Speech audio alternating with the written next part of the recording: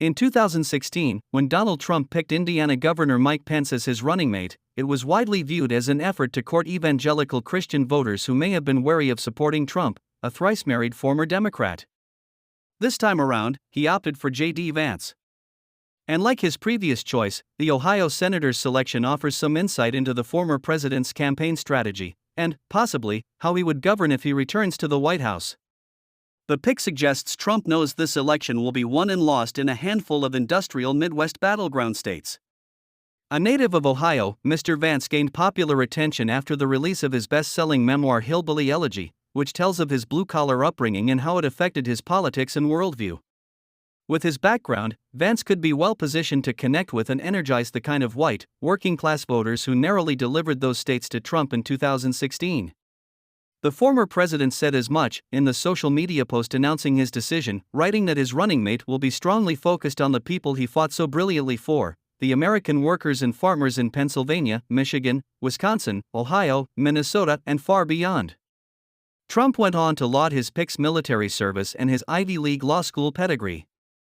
At only 39, Vance will provide a youthful counterpoint to the candidates at the top of both presidential tickets. Trump's choice positions the Ohioan to be at the forefront of a new generation of MAGA Republicans. And if the former president returns to the Oval Office next year, Vance will instantly join the conversation for the party's 2028 presidential nomination. Vance did, however, criticize Trump in the run-up to the election in 2016, something Democrats were quick to point out, but he has since become an outspoken defender of the former president, particularly on television news networks. His recent loyalty and effectiveness no doubt factored into Trump's decision.